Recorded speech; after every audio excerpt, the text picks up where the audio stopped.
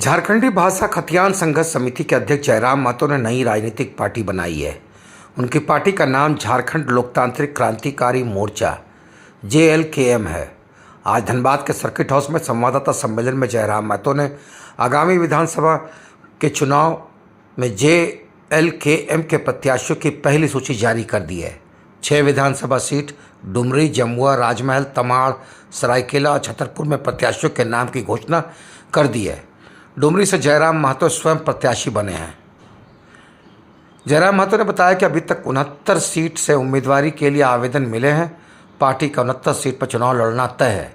इसके बाद भी अच्छे कैंडिडेट आते हैं तो उन्हें चुनाव में ज़रूर लड़ाएंगे। महिलाओं की ज़्यादा से ज़्यादा भागीदारी हो, ये पार्टी भी चाहती है। उन्होंने कहा कि हमारी पार्टी उत्तरी छोटानागपुर की सभी 25 सीटों पर चुनाव लड़ेगी, ये तय है। उन्होंने कहा कि टुंडी, गोमिया, बेरमो, बागमारा और मांडू भी उनकी पसंदीदा सीटों में से है।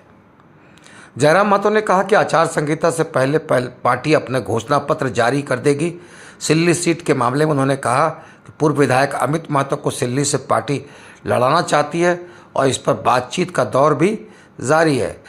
जयराम महतो ने कहा कि यह स्पष्ट कर दिया है कि हमारी पार्टी गठबंधन में नहीं जाकर अकेले चुनाव लड़ेगी।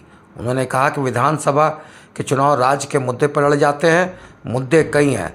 धनबाद में उन्होंने विस्थापन, नियोजन आदि के ज्वलंत मुद्दा बताया। उन्होंने कहा कि दूसरी लिस्ट जल्द ही जारी की जाएगी।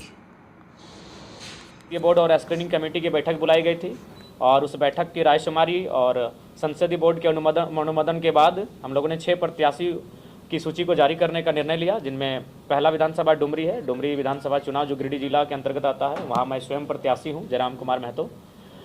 जमुआ जो गिरिडीह जिला के अंतर्गत आता है, वहाँ के प्रत्याशी रोहित कुमार दास होंगे। राजमहल जो साहेबगंज जिला संथाल परगना की सीट है, वहाँ से प्रत्याशी मोतीलाल सरकार जी होंगे। तमाड़ जो रांची जिला दक्षिणी छोटानागपुर का अंश है, वहाँ के प्रत्याशी दमयंती मुंडा जी होंगी। सरायकेला जो सरायकेला जिला कोल्हान प्रमंडल की सीट है, वहाँ से प्रत्याशी प्रेम मार्डी जी होंगे। और छतरपुर जो पलामू जिला पलामू प्रमंडल की सीट है, वहाँ से प्रत्याशी पृथ्वीराज होंगे। पूरे झारखंड राज्य से लगभग हमें 69 जो सीटें हैं वहाँ से आवेदन मिला है। तो ये तो तय मान के चलिए कि 69 सीटों पर झारखंड लोकतांत्रिक क्रांतिकारी मोर्चा चुनाव लड़ेगी। उसके बाद हम लोग प्रयास कर रहे हैं कि कुछ ऐसे चेहरे जिनकी राजनीति में अच्छी पकड़ हो, अगर वो संपर्क करते हैं तो हम लोग पूरे 81 पे लड़ने की संभावना देख रहे हैं। लोकसभा चुनाव राज्य के मुद्दों पे लड़े जाते हैं। लोकसभा का चुनाव पार हो चुका है। लोकसभा का चुनाव देश के मुद्दों पर था, लेकिन देश के मुद्दों के साथ मैंने राज्य के मुद्दों से पूरे देश को परिचय करवाया।